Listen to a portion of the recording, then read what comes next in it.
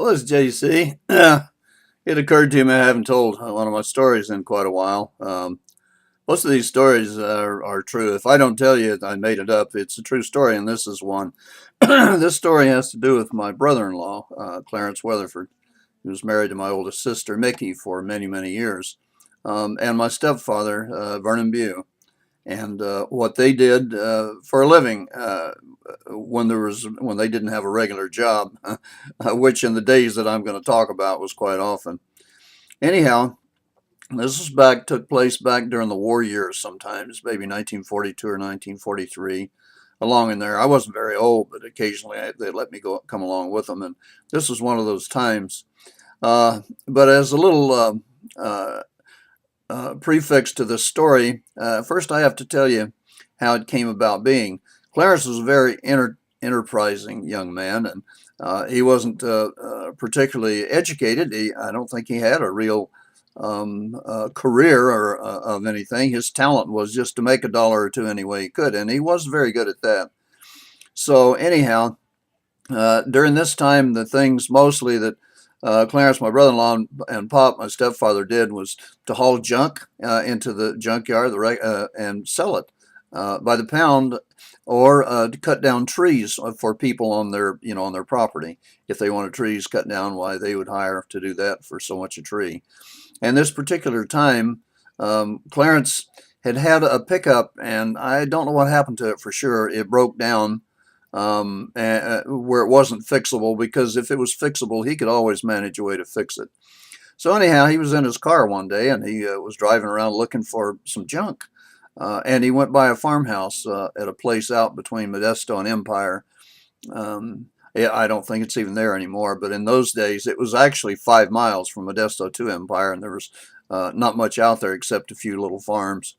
And he pulled into this farmhouse, and there was a big barn next door to it. And he went over and knocked on the door. He would do that, knock on the door, and when the owner came out, asked him if they had any junk they'd like hauled off, and he would haul it off for him, for nothing. And then he would take it down and sell it and get the few dollars that it brought as scrap iron. So anyhow, at this particular place, a lady, little old lady, she must have been 80 years old, came and answered the door. And Clarence said hi and told him what he was doing. She said, "Well, I don't think I have any scrap metal. My husband's been gone for a while. But, there is a car. There's an old car out there in the barn that I would like to sell. I don't drive anymore. And we bought the car new, and my husband drove it some, and he always kept it in the barn covered up, and that's where it is now. It's on blocks. You'd have to take it down off the blocks and air the tires up." And Clarence perked up right away. So she told him, "Go on out and take a look at it." So he did. He walked in here and he took this tarp off of it. Man, this is a 32 Auburn. It was absolutely in mint condition. I mean, it's like one of those cars that little old lady drives it to church and back once a week, and that's all since 1932. And that was, I don't know, 11 or 12 years before that. But it was up on blocks, and the tires still had a little bit of air in them, but they were down some. Anyhow, Clarence jacked it up and he put it down on the road, and he determined that he could probably get it to a service station and get the tires aired up. They weren't quite that flat. So he went back in and made a deal with the lady. I don't know what he paid for this. Nowadays, a car like that would be worth 30 or 40, $50,000 as a vintage car. But it was perfect. The body, there wasn't a dent in it. The paint was all good. Everything, all the glass was good. He checked the engine over and everything, and checked the oil, and I think he drained the oil. I think he changed the oil there before he drove it out. After he first started it, he got a jumper battery and started it. It ran real good. Sounded great once it warmed up a little bit. So anyhow, they changed the oil, and somehow or other, I don't know how, I don't remember how, they had the tires all aired up. After he'd made a deal with the lady, he drove the car back home. Now, I wasn't with him during all this time. He told me about this. So he drove in there, and Pop went out and saw that. He said, "My God, what a beautiful car that is. It's an old car, but it was perfect." And Pop said, "What are you going to do with it?" And Clarence said, "Well, I need a pickup, not a car." Oh, man, I could see Pop's face getting red. He couldn't believe what he knew he was going to hear. And Clarence said, I'll cut it down and make it into a pickup." Oh gosh, Pop, he didn't like that, and I don't think everybody thought Clarence was crazy, but you work with what you have to work with, and he had an old car and he needed a pickup, so he always carried an axe and a hacksaw, hammer and chisels and stuff like that that he needed sometimes if he came across scrap metal and had to cut it all up. And occasionally he'd have a bottle of oxygen or acetylene and he'd go around. He'd cut that, but not very often because that costs a lot of money and you couldn't afford it. So anyhow, he got busy there, and I don't know how long it was, a week or two.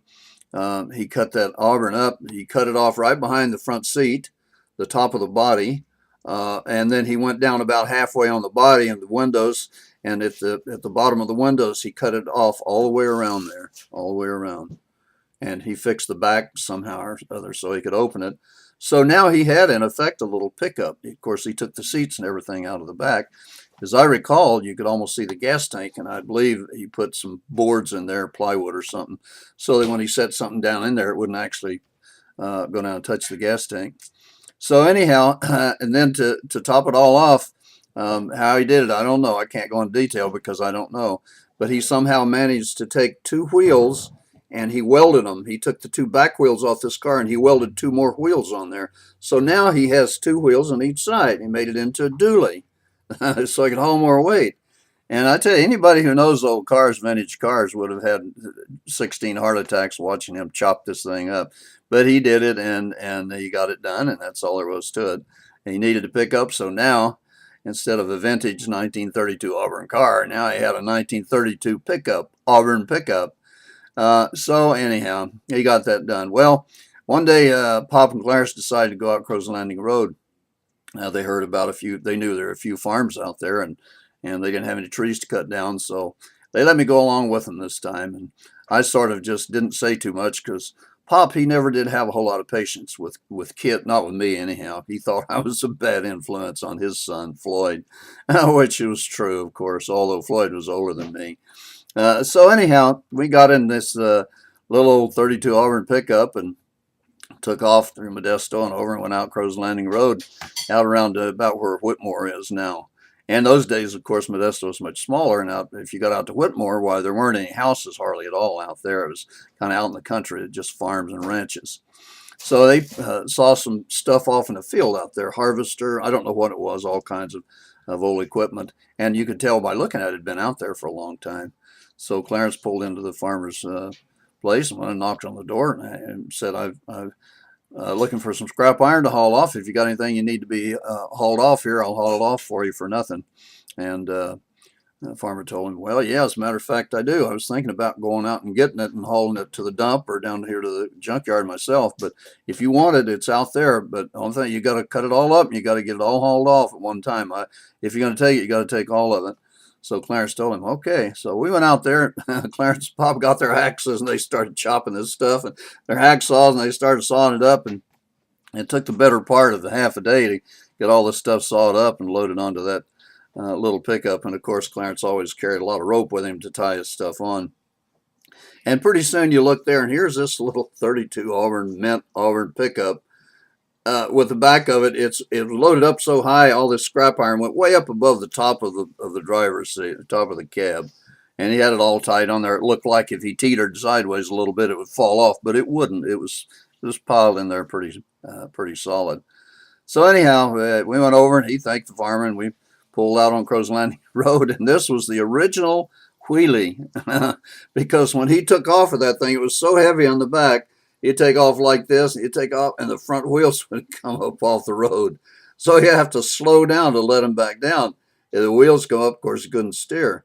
So you have to slow down and just pick up speed very, very gradually, a little too much, and they'd start up again. You'd have to back off the throttle. So we're going down Crow's Landing Road like that, zooming along there 10, maybe 12 miles an hour. It's about as fast as he would go safely. So anyhow, as you would have it, a cop drove by going the other way.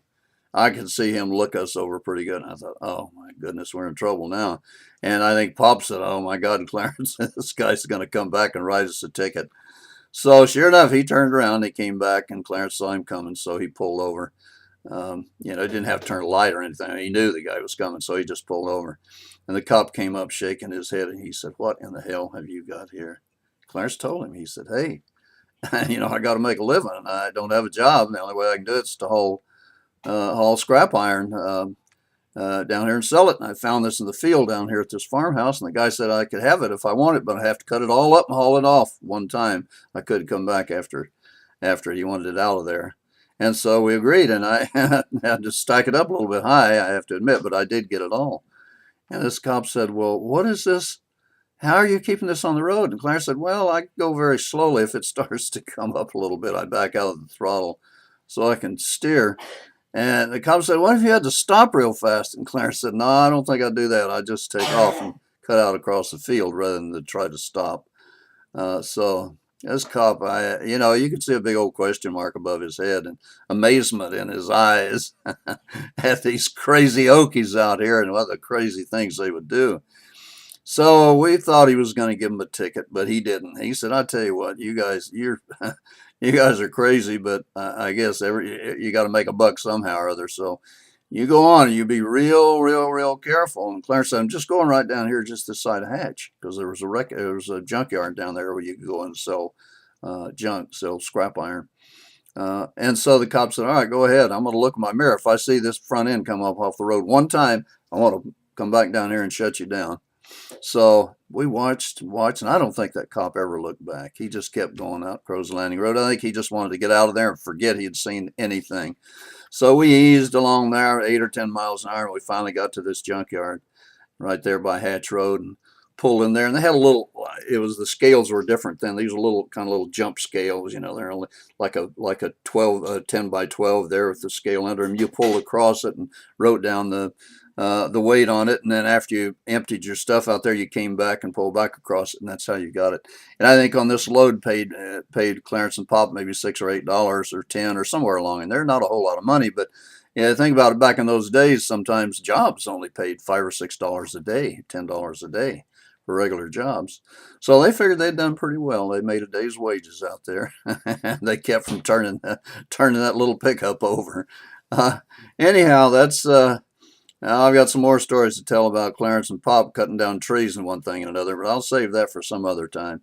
This story basically was about the first honest-to-goodness wheelie I ever saw popped, and that was from that old 32 Auburn going too fast to that load, and he'd take off and those front wheels would come up off the road, and he'd have to slow down to get them back down so he could steer them. And that's the way it happened with Clarence Weatherford and Vernon Bue and James Alexander. That's my story, and I'll see you down the road if the good Lord's willing and the creek don't rise.